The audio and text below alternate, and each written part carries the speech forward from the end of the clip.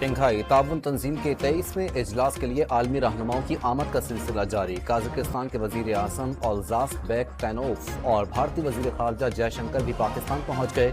چین، Kyrgyzstan, Tajikistan اور Belarus کے وزرائے اعظم اسلام آباد میں موجود۔ وزیر اعظم شہباز شریف سے تاجک ہم منصب قاہر رسول زادہ کی ملاقات۔ پاک تاجکستان دو طرفہ تعلقات اور علاقائی امور پر تبادلہ خیال۔ دونوں ممالک میں دوستی اور تعاون کا پائیدار رشتہ ہے، شہباز شریف کی گفتگو۔ ایس سی او سربراہ اجلاس کی دستاویزات اور مشترکہ اعلامیے کو حتمی شکل دے دی گئی۔ اجلاس کے اختتام پر دستاویزات پر دستخط بھی کیے جائیں گے۔ ایس سی او نیشنل کوآرڈینیٹر نے 11 سے 14 اکتوبر تک ہونے والے اجلاس میں دستاویزات اور مشترکہ اعلامیے کو حتمی شکل دی۔ 26ویں آئینی ترمیم کے لیے حکومتی کوششیں تیز۔ پارلیمان کی خصوصی کمیٹی کا اجلاس کل طلب کر لیا گیا۔ قومی اسمبلی اجلاس بھی 17 اکتوبر کو طلب کیے جانے کا امکان۔